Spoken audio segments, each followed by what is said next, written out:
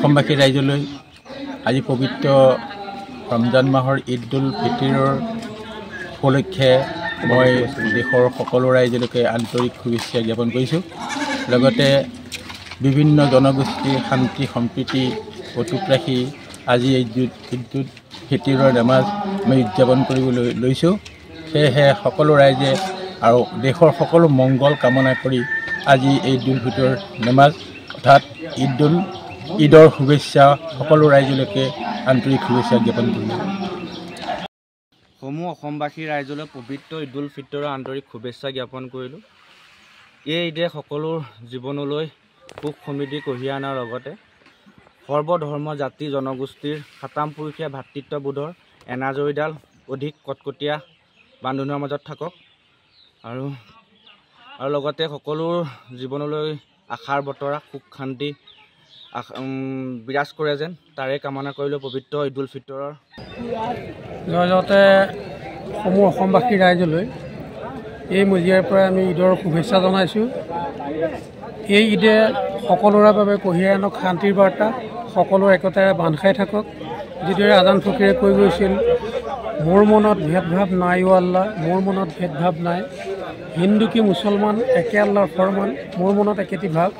তাৰ লগতে কওঁ যে আমাৰ ইছলামৰ বুনিয়াদৰ পাঁচটাৰ এটা স্তম্ভ হৈছে ৰোজা, যাক জিকিৰৰ মাধ্যমত কোৱা হৈছে কলিমা নামাজ, ৰোজা হজ জাকাত ফৰজ দুনিয়াত। গতিকে পবিত্ৰ ৰমজান মাহৰ এই ৰোজাৰ শেষত অহা ঈদে সকলোলৈকে শান্তি সমৃদ্ধি আৰু একতা কঢ়িয়াই আনক, এয়াই কামনা কৰিছোঁ।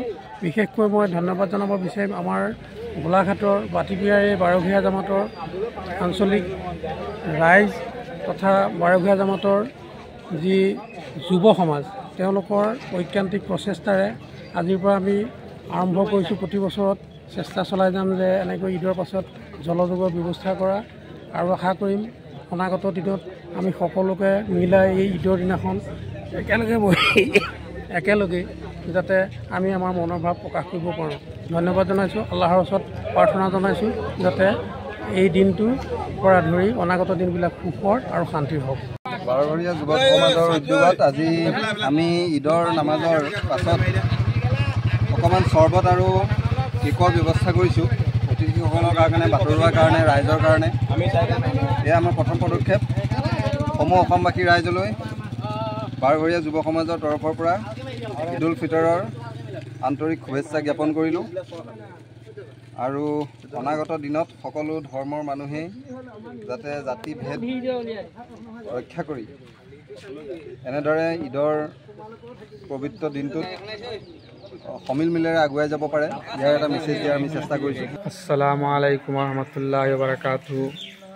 ঈদ উল ফিতৰৰ শুভেচ্ছা গোটেই অসমবাসীলৈ তথা ভাৰতবাসীলৈকে। ঈদ উপলক্ষে চবৰ শান্তি সম্পূৰ্ণ বৰকতময় হওক আৰু চবৰ কাৰণে ঈদৰ শুভেচ্ছা যাচিলোঁ। এতিয়া গোটেই অসমবাসীলৈ ঈদ উপলক্ষে কি বাৰ্তা? অসমবাসী ৰাইজলৈ পবিত্ৰ ঈদ উল ফিতৰৰ আন্তৰিক শুভেচ্ছা জ্ঞাপন কৰিলোঁ। এই ঈদে সকলোৰ জীৱনলৈ সুখ সমৃদ্ধি কঢ়িয়াই অনাৰ লগতে সৰ্বধৰ্ম জাতি জনগোষ্ঠীৰ সাতামপুৰুষীয়া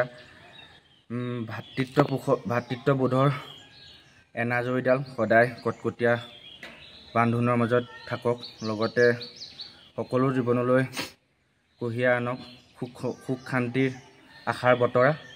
তাৰ পাক্ষণতে এয়ে কামনা কৰিলোঁ।